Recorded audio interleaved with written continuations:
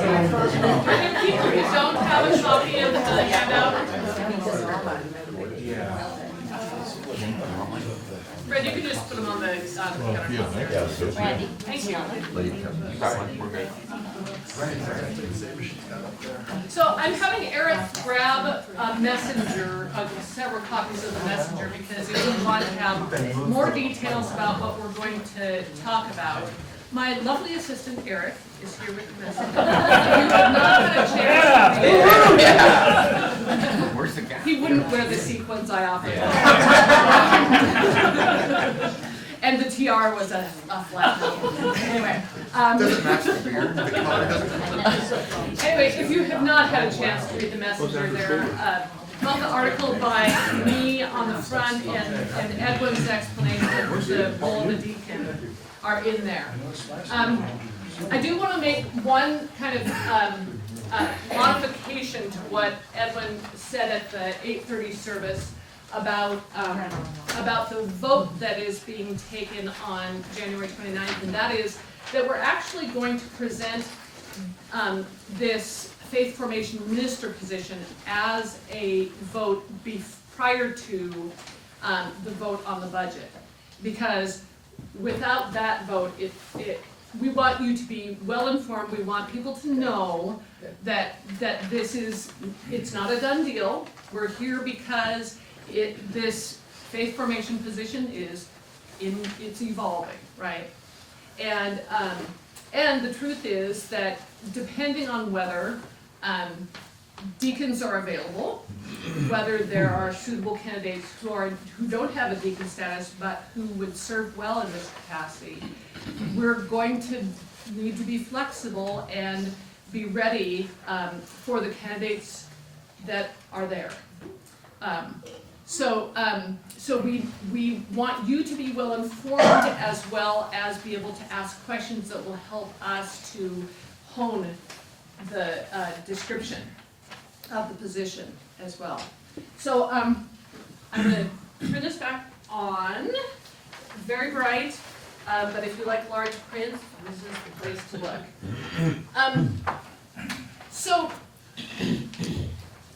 Back in fall, when we knew that Eric was going to take a new position, and we knew that Kate was retiring, and we had a lot of shifting going on in staff, which is it is clearly indicated in the staff listing at the back of the bulletin. You'll see titles have changed, the people who do the jobs have changed, whether they are full-time, part-time has changed. So there's been some preparation, especially in the role of parish administrator, for Jane to move into a new position, which consequently freed up the front desk where Katie Cadlick is. And then it raised the question of how do we best consolidate job descriptions so that people are doing like things within like categories. And so Loris took on communications that go to the, do you know how to make that? Yes, Not I happen? know. Thank you. My lovely assistant, Edwin.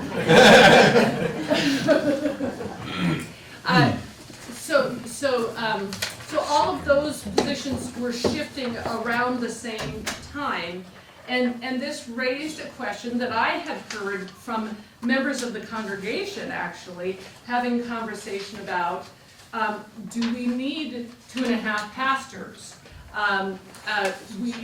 We have a position open now for a director of youth ministry. What is going to be the best way to move forward?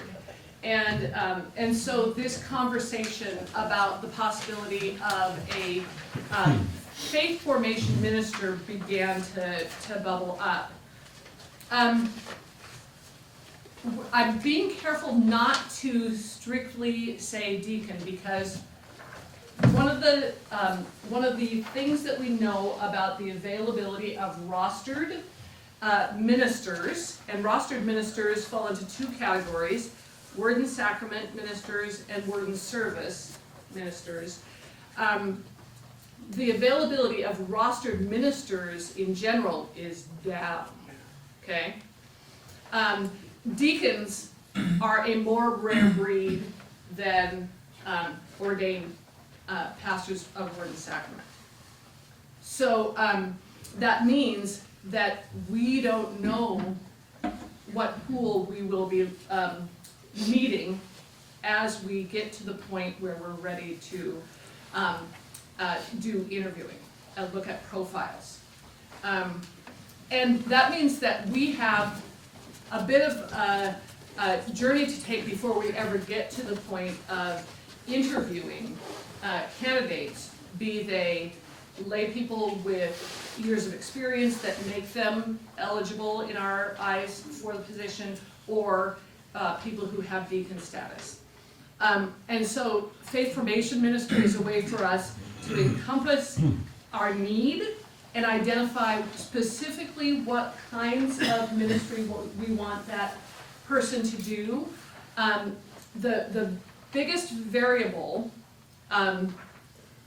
would be whether that person has been trained and is comfortable stepping into the pulpit.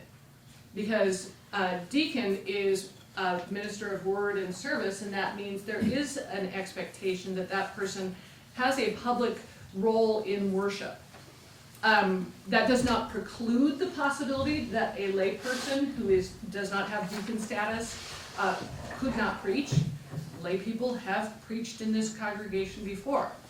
But it does mean that this is going to be not unlike every relationship that we experience in life, where we need to adjust to one another as we find compatibility, but also specific skills and preferences to some degree. So that's the start. So let's just, Yeah, you might want to get it back in your own view. Yeah.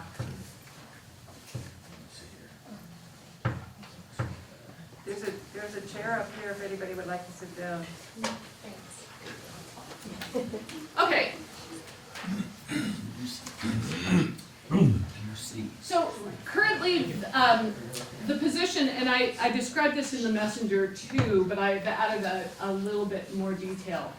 Of the faith formation minister would be to oversee education of youth, and that includes several categories of oversight, many of which include the work that Eric did as director of youth ministries, but also that Katie Cadlick did as director of children's ministries. I can't remember exact titles, so forgive me if I get it wrong. Participate in monthly high school dinners. That probably should say high school activities, because dinners isn't necessarily the way we will proceed. Help plan other middle and high school activities and service projects. That's help, because we have a youth leader and a what is Calvin's title that's more than youth leader? He's the primary for us. Youth program leader. Youth program leader, thank you. So, this person will be working with Calvin and with Tyler. Develop learning opportunities. This is a big one for me that I think is strategically really important for us in the future. Develop learning opportunities for parents that will help them to mentor their own children in faith practices at home.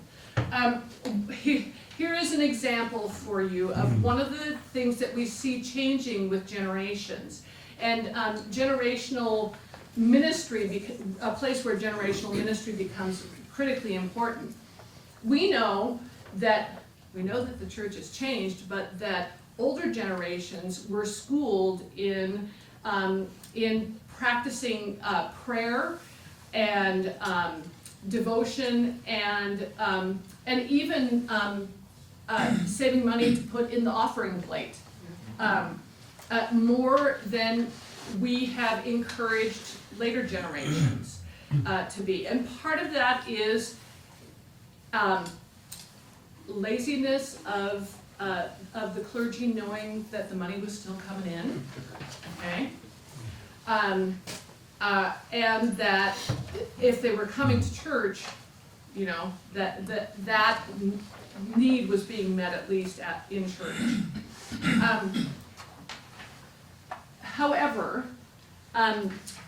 because we have in the generational studies that we've done, because we see that many people who are coming to church as adults with children may have not been in the church for a while, and their parents may not have been there at all. The generational education that took place, that was just assumed as part of the life of the church, you know, it didn't skip a generation. So these are practices that we want to help embolden parents to do. Visitation with families. One of the things that we know about our older youth is that the high school age kids are not returning in droves. And I think that connecting with families as a family and actually coming to people and doing, having encounters with people outside the building of the church is gonna be critical. So that people feel seen and don't feel like they're just being counted as one of the heads in worship, right? And it also helps, any faith formation minister is going to have a better picture of what family life looks like and how that family life can be supported by being in people's homes. Of course, that means that people have to be willing to welcome the faith formation minister. Publicly represent faith formation by preaching and assisting in worship, as well as cultivating youth leadership in worship. These are all goals that we have committed ourselves to already, but if we have someone who can focus in the area, especially of emboldening youth to take leadership, we know that one of the ways that kids are most eager to be present in worship is when they can offer leadership of their own. And it's also a way of teaching the faith. You know, it's amazing how much we learn by doing. And it's also amazing how much more connected we feel to the body of Christ as we make corporate efforts to serve. So that's what that is about.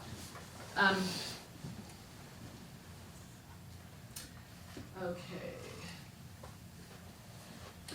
There are some very important practical considerations, and this is where today for me is, and for Edwin and for other staff members, is really about hearing from you. And so I want to put out some of the questions that I think that we need to discuss as we move forward. So I mentioned before, what kind of candidate pool do we have for deacons or trained lay professionals? We have a shrinking pool, but we do have a congregation that is an attractive congregation to be called to serve. So that's a bonus.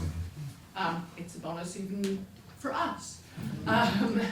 Ministry description would include youth ministry, public presence in worship, and faith formation. So one of the practical considerations is that that we think that it's important that this person have a public role, that that person kind of embodies the ministry that we value, and so their presence and being seen by the congregation is a reminder that this is where our hearts are, is in helping families to form the faith of their children. Is it beneficial to have a trained professional who can also preach and have a worship presence? And I think that that's an ongoing question, but it really is kind of centered around the question of, you know, when you get somebody who has come out of seminary, the expectation would be that they would be more likely to have had preaching classes, worked in practical settings where they were asked to have public leadership. And so that trained professional piece, you know, asking, if I asked any of you to stand up in the pulpit and give a sermon, some of you might like duck your heads and, you know, take cover. Others of you might be like, woo!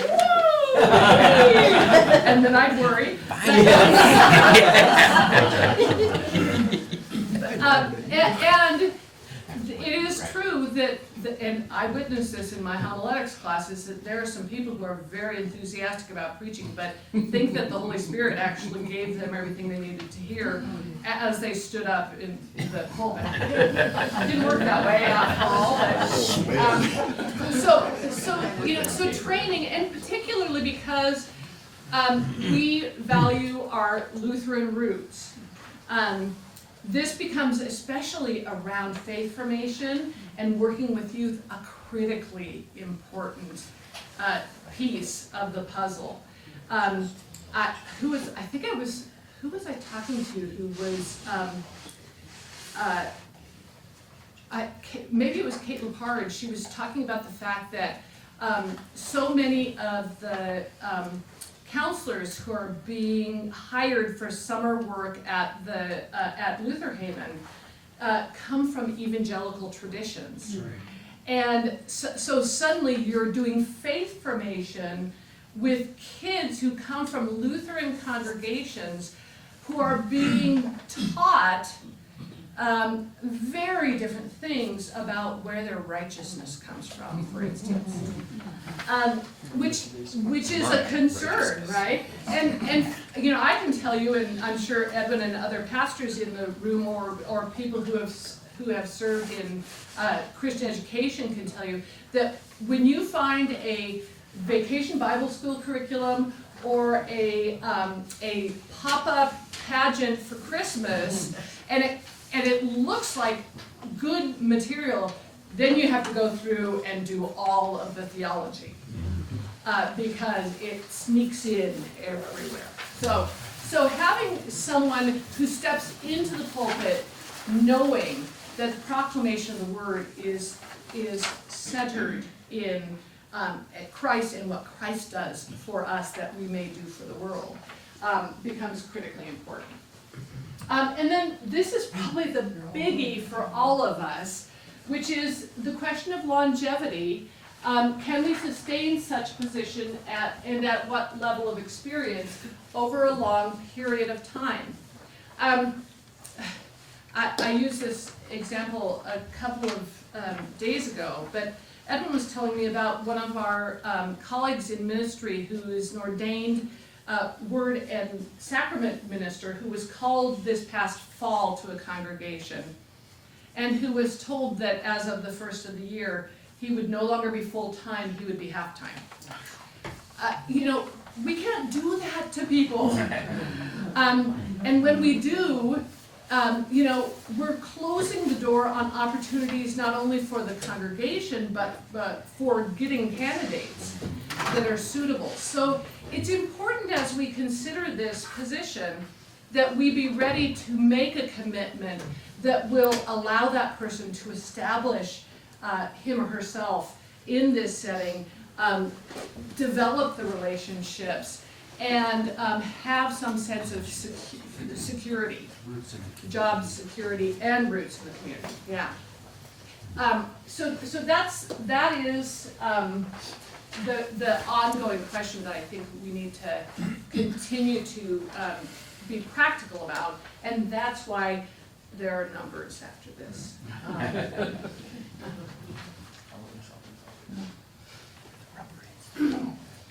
So 3 positions, 3 and 1. We are Trinitarian. Hey, did I ever tell you that when we built the new wing at my previous congregation, we decided to build a large room that had those big divider walls in it. And so we called it the Great Room. But guess what the rooms were called individually? Father, son. The best part of the story is that downstairs there were 4 rooms. And the room on the left was Matthew, the room on the right was Mark, the closet was Lou, and then right across from the closet was a bathroom, John. You didn't see that?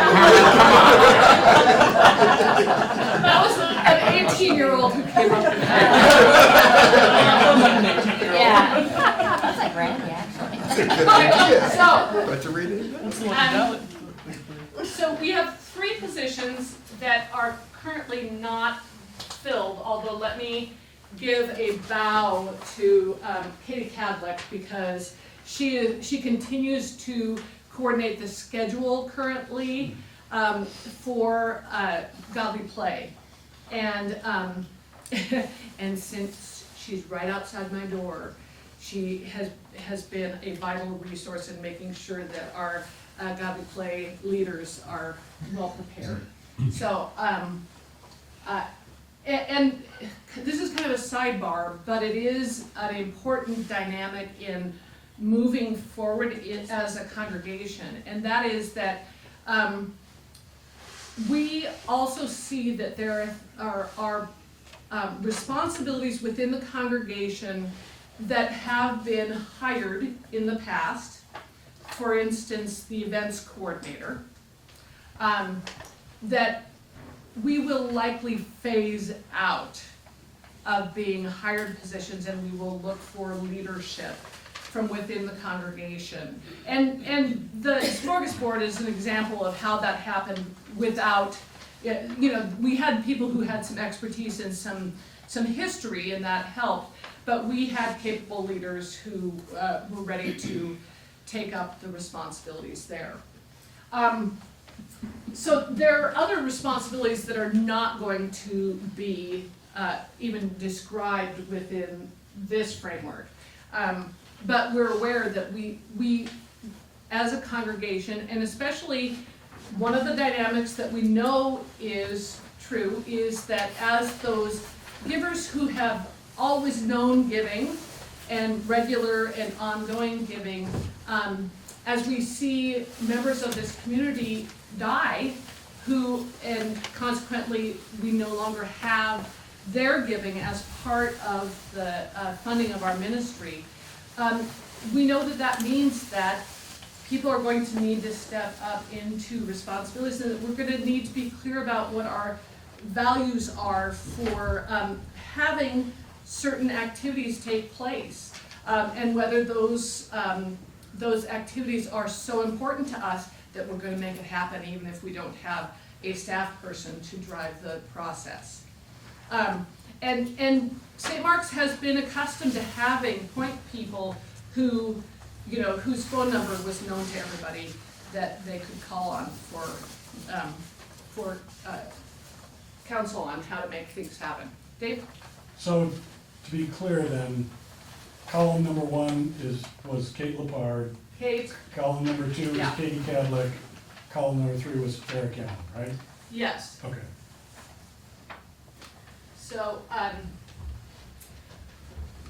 So mostly what you need to see here is, this is 2023 guidelines from the Synod. And how many of you know what guidelines from the Synod even means? So one of the things that I am feeling the need to do is make people conversant in some of the language that we need to practice to make plans for the future. And one of those is that our Synod gives us guidelines that are based on experience and education. And so what I've done is I've put together in this column a word and service guideline for somebody who has a master's degree with 5 years of experience. this could be, tell us about your daughter and her years of experience, Michelle. Let's see. She had several, 2 or 3 years at a church as their faith formation Mhm. person. Now she's had 1 year as their, at the church that she's going to be ordained in as their coordinator of justice and service. Okay, Justice and service ministries. so you can see that, is Savannah? Yeah, Savannah, has had very different roles Yeah. in the life of the congregation, both of which could fall under a deacon's responsibilities. And the years of experience prior to, and by the way, you heard the language from Michelle, word and service ministers are in fact ordained. That's been a change in the church, and it's confusing to me, because I thought I was the only one. Okay, Edward, she's been. And I guess I should say, she also had 3 years of camp counselor. at Right, Lutheran right. camp. So all of those things, Yeah. as you put them together, are going to influence the abilities of the person you call. So then, this guideline came from the synod, so this would be a competitive salary that we could Right. offer to track someone. And the idea, the basis for determining these numbers really is comparable to education. It's, so if you look at an educator and what they might receive, a teacher. So, bottom line, for a full year, for a person with a master's degree and 5 years of experience would be $74,537. These three positions together, and this is 2022 numbers, 114,454. So you can see that there is a difference in the amount of personnel money that would be going to a person who is in a word and service position. We are anticipating that person would likely not be with us until probably June. And here's the reason why. Because until the congregation actually votes to have a faith formation minister, the council cannot put together a call committee. And really, whether this person is ordained or not, we pretty much have to put together a call committee rather than a search committee, because we want to make sure that we are ready and we have given proper authority to that committee to recommend somebody to the congregation. You tracking with me? Okay. Mark? Would you consider, or could you see being open to a deacon candidate who would continue their education and be here?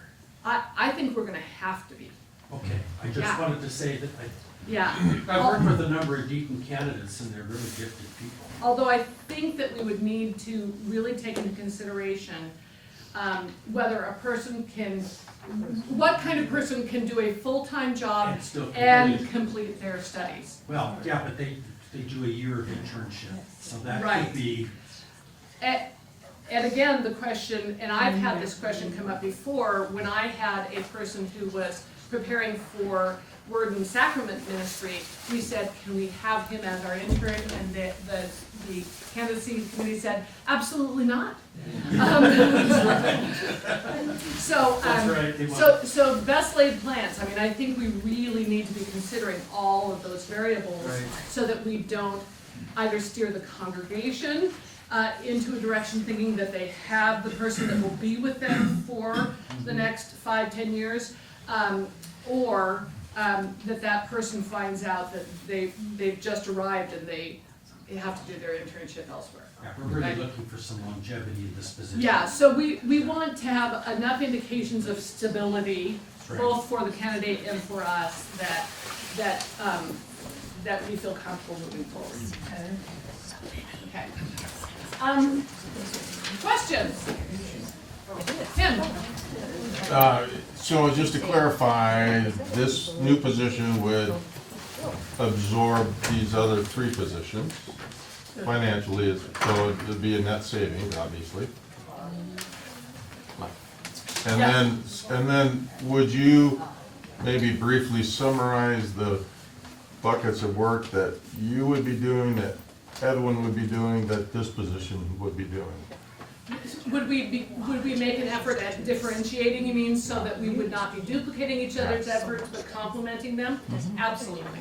I mean, and that's, the thing that you're pointing out, Tim, is that people don't perfectly fit the job description that you create. In fact, they may be better gifted in areas that you had not considered being a consideration in that dividing of responsibilities, right? Yes, Gail? I totally understand the conversation between you and Kate. I've had to deal with it in churches about somebody quite a ways outside the theology. Would you consider widening the pool to include people from denominations that Lutherans have? Great question, because we have full communion with, and full communion matters more theologically in this case than it does practically, but full communion with the Presbyterian Church, with the Episcopal Church, with the Methodists. Yes. Do we have Reformed? Yes, Full communion? UCC. Of course, one of the concerns, though, and this is where I would tend to lean into Episcopal, is sacraments, right? The sacraments are so definitive of who we are as Christ's people, and you've heard me say that the "for you" in Holy Communion is at the center of our theology.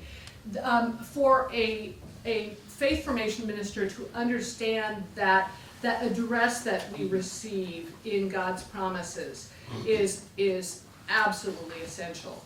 And truth be told, with the younger candidate, they're going to be learning it. But my assumption is that 5 years of supervising interns would help me to be able to work with that person and get them up to speed if that was a learning curve. So that's a yes, is that what I Yes, heard? that's a yes. Absolutely. I mean, if you make a good Lutheran out of this one. Right. Right. So, and again, it's going to vary by candidate, right? I happen to know a lot of Episcopalians who are in love with Lutheran theology. Well, that's why I raised the question, So, especially with the And sacraments. are sometimes better at it than some of us. right. So, yeah, so I think that we absolutely need to be open to that possibility, and that would probably require, well, it would definitely require, if we're assuming kind of deacon status or comparable experience, us talking to the Synod and the Synod making connection with the Episcopal diocese, for instance. Okay? Other questions? Ready? Well, to look at the numbers, and I'm no accountant or anything, but that looks like a no-brainer, $40,000 savings there. But in light of our current Yes. $90,000 shortfall, how do we, Right. how does that work? Yeah, and this is where the question of timing becomes important, but also means that we have to go into this process with our eyes open. The proposed budget that you're going to see before the semi-annual meeting, so that you can actually take a look at these numbers more carefully, is a budget that is under last year's budget, which it kind of has to be given that shortfall in revenues. But the budget only accounts for 6 months of this person's employ. Okay? That gives us some room to work on, on financial stewardship. But one of the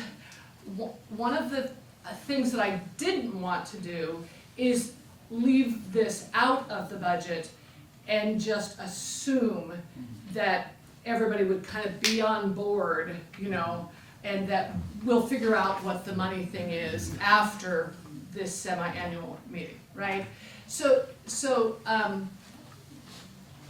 But I also want to be practical that the call process is going to take some time, right?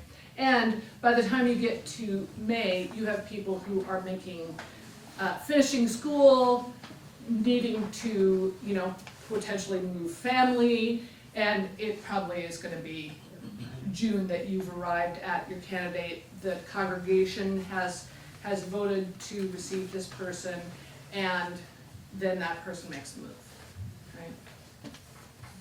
right? And I am, in fact, working on a long-range strategy. This is kind of a by-the-way thing, but I'm working on a 12-month calendar where one of the things that we are going to be talking about at council is putting together a small core group that will work on practicing. I'm trying to figure out how to sell this right now because I haven't come up with a good title for it. But really, we need to have a 3-year.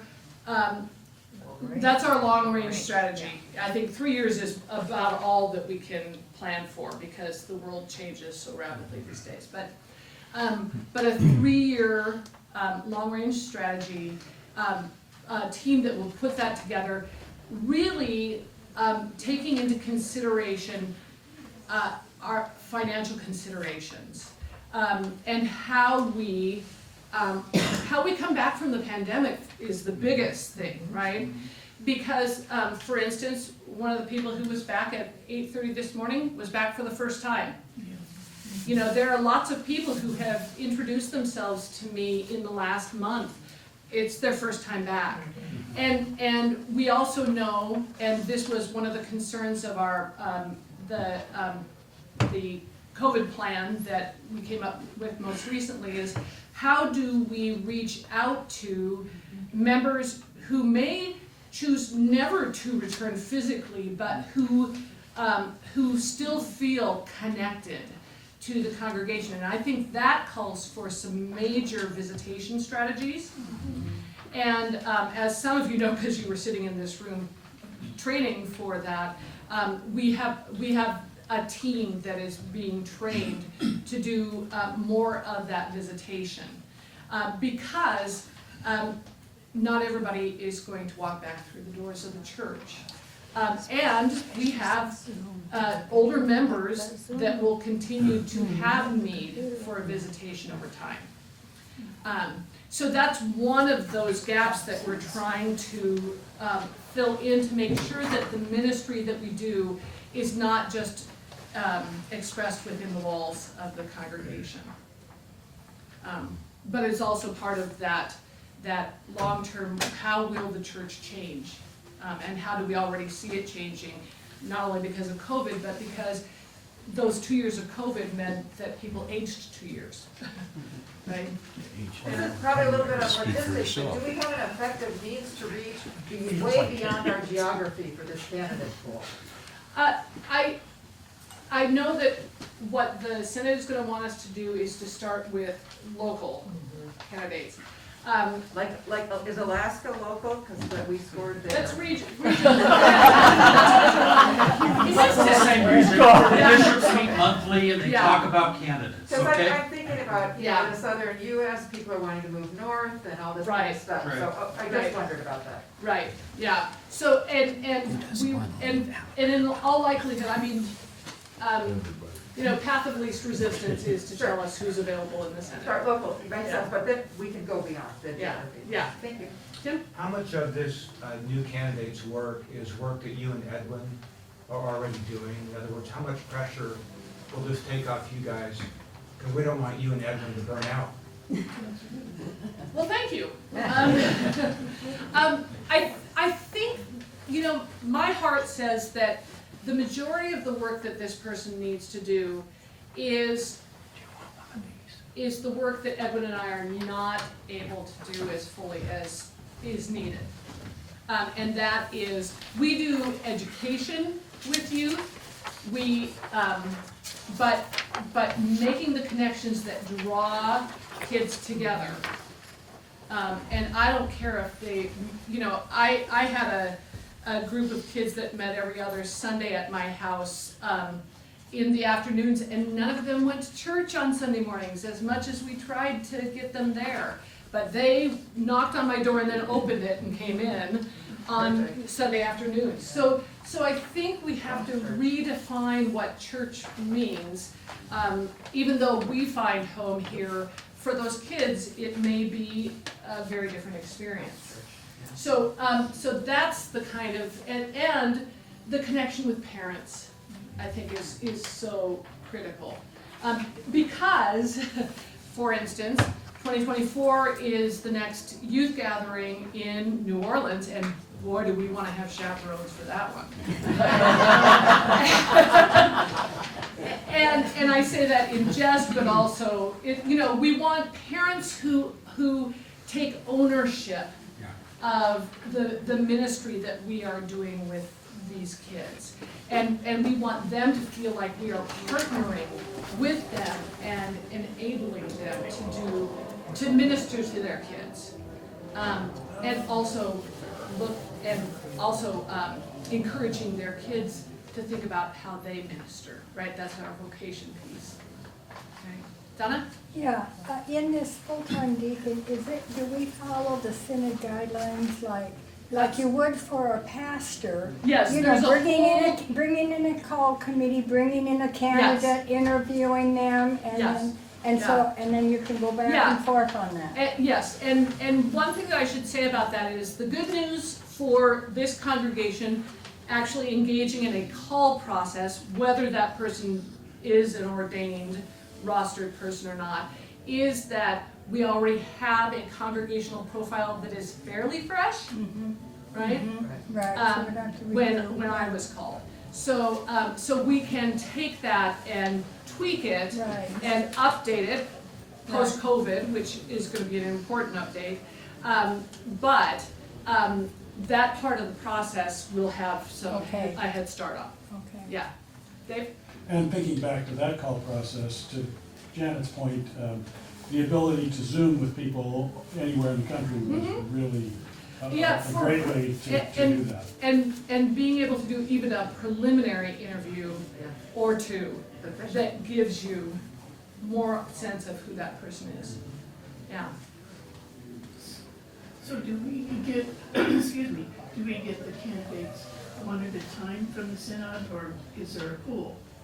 I am not sure. Oh, well, I know that when I was in the process, there were multiple candidates. Oh, okay.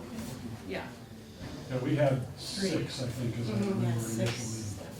Narrowed it quickly to 3, and Right. finally the right one. What's really helpful is that Today. when there is a pool of candidates, you wanna do, candidate A does not compete with candidate B, and candidate B Right. does not compete with candidate C. You take candidate A and match them with St. Mark's, candidate B and match them with St. Yeah. Mark's, candidate C, It's like speed dating. Yeah. It was not speed. Except really slow.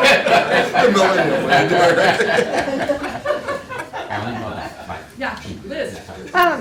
So I'm kind of one of these people that over the last few years with COVID and also with other responsibilities and things going on, it's kind of, I think the focus has not been on our church community.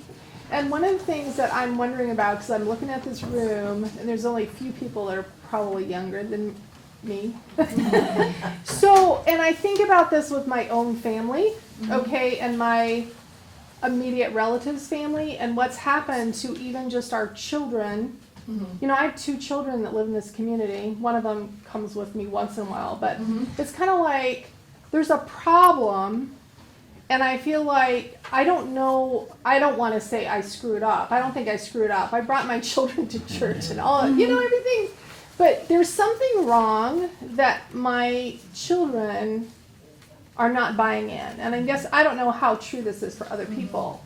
But so my concern looking at this is, yes, this started with COVID, but I think it's a symptom of a larger problem in the nation, not just in Lutheran Church, and trying to reset myself as an apostle or whatever. Like, what can I do? I mean, how can I help these people see, or maybe they don't like what they see, or whatever. And I feel like I need a new baseline to look at what's going on. Where are these people going? Are they just not engaged at all?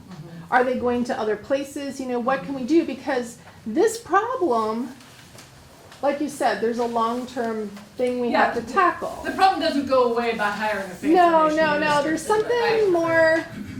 Yeah. And it's uncomfortable. And what you're speaking to is generational issues, and one of the big issues that distinguishes younger generations from older generations is a lack of trust in institutions. And if you see what's happened with the Catholic Church and the Baptist Church and sometimes the Lutheran Church, Mormon Church. Yeah, there is, there is reason for people. They have empirical data that tells them why not to trust the church. The other big piece that I saw a lot on the west side of the mountains, but it's here too, is how. Well, one of the issues is evangelicalism and how that is the face of Christianity for so many people who do not know what happens inside the doors of a church. And so what we are left with as Lutherans who love the tradition out of which we come is defining ourselves apart from that without, and I think that this is one of the downfalls of so many of the separations of Lutherans that we've seen is there are a lot of Lutheran churches who will tell you who they're not, right? Oh, we're not those people, right? That doesn't win anybody's heart, right? I think part of the struggle we have is how do we speak about this faith that is rich to us without dissing somebody else, and do it in a way that isn't a y'all come, but here's what this means to me.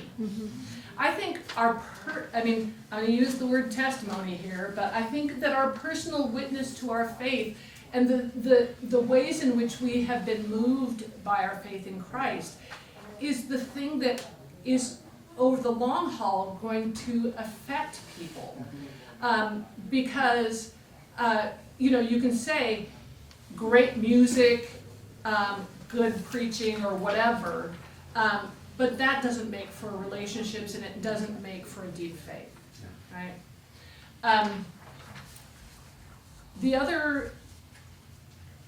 There was another thing that you spurred in my mind and I'm not remembering it, so. Dick. I think this is a great proposal, well thought of, but it strikes me as being a little premature. And here's my thinking. 8 or 10 years ago when we were in court on our parking lot, new parking lot, we had to develop a basis for showing our growth. And at that time, our average weekend attendance on a year-round basis was 432. Now we're somewhere under 300. And we're having trouble with our budget. In those years, we typically would fall behind budget in the summertime, and through faith and efforts and God's help, we would make our budget. We aren't sure that the pandemic is going away. kinds of signs that there are new subvariants that are gonna be more difficult than COVID was. The key to a good meeting our budget, I think, is attendance and participation and even numbers of members. And I would suggest that we need to wait and see a little bit how things develop and work on outreach and getting our membership back up, which should bring our budget back up or our contributions. Okay, so this is a philosophical question that you have raised, which is, it's the cart and the horse issue. And is the cart vision, and vision inspires engagement, or is the, did I say that right? Is the horse vision and the cart is people are inspired? Or is the horse, we've got our finances together, now we can act? And I'm not convinced that the latter actually works. And I know that that's risky. And that's why I raised the questions that I raised. But one of the things that we have seen that has led to a return of attendees in a variety of settings, some who have only come to our outdoor Manitoba Park worship, and others who, you know, started there and came back. One of the things that has driven the increase in attendance is continuing to have interesting and compelling things that, in addition to worship, engage people in the life of the congregation. Rather than the cart and the horse, somebody much smarter than me summarized it like this: money follows mission. And if our mission is good and we're proclaiming God's word, then the money will follow. And that's risky. It is. Everything's risky. Fred? Two points I wanted to make before we finish. One is God's dramatic example. The football injury had the world framed. And that was so dramatic to me, because God does these things. And that just burst on the scene. But let me quick put in the other one. In the last 30 years, the internet has changed our whole way of life, for good and bad. And everyone is busier now. I mean everyone. And I find it harder and harder to make contact, have things happen, and that's part of what we're talking about as a major factor, the internet changing our whole way of life. Well, and one of the things that I would say that we're actually tracking right now is the number of people who are worshiping with us. I mean, I can't tell you how unsettling it is, you know, after a year and thinking I know most of the names of folks, to have people come up and say, "Hi, Pastor Lori," and I'm like, and I realize that they feel very familiar with me because they've been watching online. So one of the things that we need to be really thoughtful about is that those people feel like they're a part of the body of Christ. Good part. So yeah. Your first point. The habit, the Yeah. football injury. We were talking about, money and mission. So I think that's the other dynamic that I just want to close with is that one of the things that I think you're pointing out and that Dick is alluding to and Dave is that this call process cannot be something that is just about a call committee.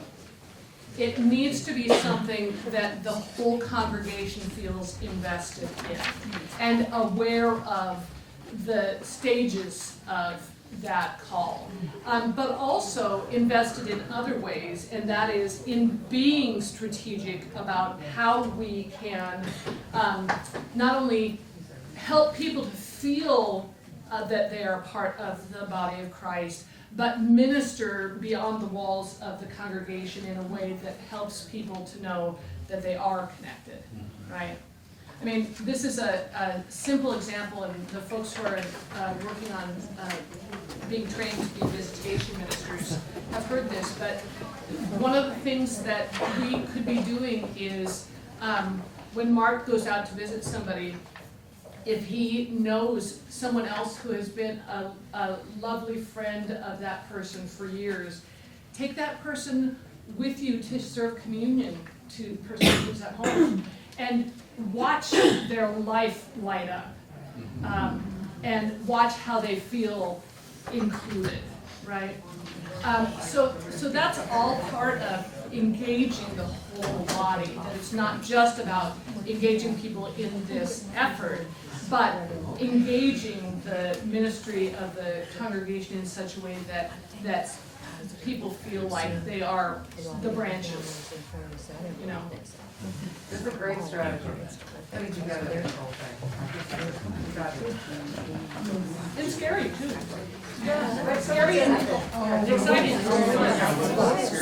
So, I will, just to follow up, I will, update this, piece so that when we give you information about the budget, you will have a copy of this as well as the budget to be able to look at numbers that compare last year's budget, last year's revenues, this year's budget, and the changes in staffing will all be there, so you can take a look at that, okay? Then you put the inflation in the Thanks. Thank you.